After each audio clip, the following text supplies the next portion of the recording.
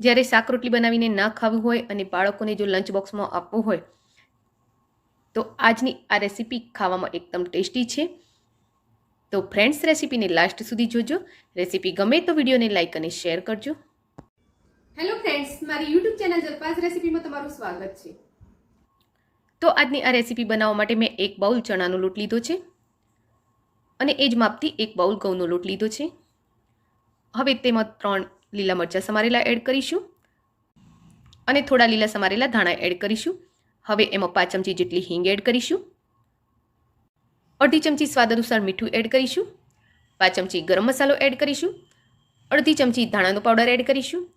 2 ચમચી ખાંડ દળેલી એડ કરી લઈશું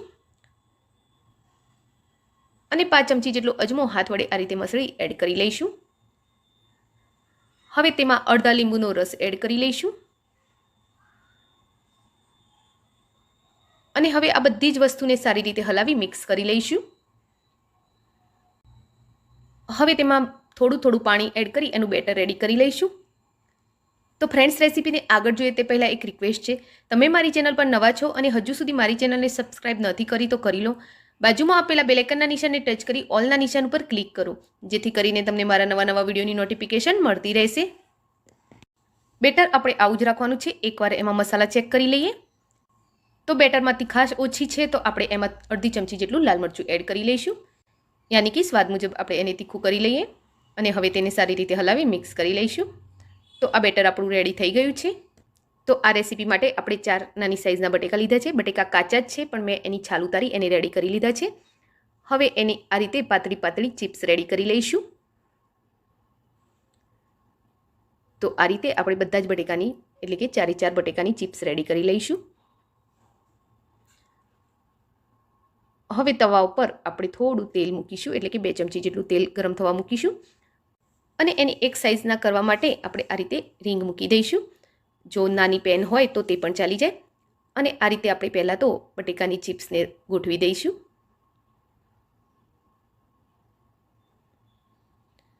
અને હવે આપણે તૈયાર કરેલું જે બેટર છે એમાંથી 1 યા 2 ચમચા જેટલું બેટર આની ઉપર આપણે પાથરી લઈશું.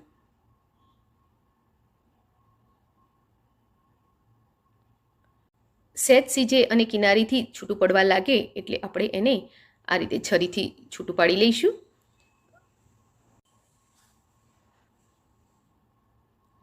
અને રીંગને આપણે આ રીતે ઉપાડી લઈશું. હવે એને આપણે પલટાવી લઈશું. હવે નીચેની સાઈડેથી પણ એને સારો એવો ક્રિસ્પી થવા દઈશું.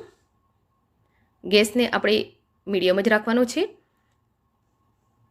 થોડી વાર પછી એને ફરીથી એક વખત આપણે પલટાવી લઈશું.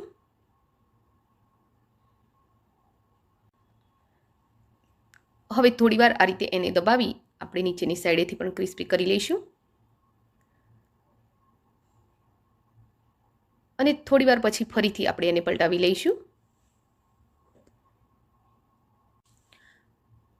અને હવે આ નાસ્તો આપણો રેડી થઈ ગયો છે તો આપણે એને નીચે ઉતારી લઈશું.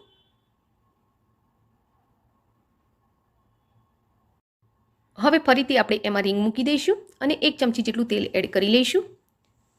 તૈયાર કરેલી બટેકાની ચિપ્સને આ રીતે આપણે ગોઠવી લઈશું અને ચિપ્સ ગોઠવ્યા બાદ એની ઉપર આ રીતે બેટર પાથરી લઈશું. બેટર પાથર્યા પછી એને 1 જ મિનિટ આપણે ચડવા દઈશું અને આ રીતે રીંગને ઊંચી કરી લઈશું. રીંગને તવા પર મૂકતા પહેલાં જ આપણે એને ઓઇલથી ગ્રીસ કરી લઈએ તો આસાનીથી આ રીતે છૂટી પડી જાય છે. અને હવે ઉપર 1 ચમચી જેટલું આપણે તેલ રેડી દઈશું અને એને પલટાવી લઈશું અને એને થોડી વાર માટે ચડવા દઈશું આ રીતે અને ફરી એક વખત આપણે તેને પલટાવી લઈશું.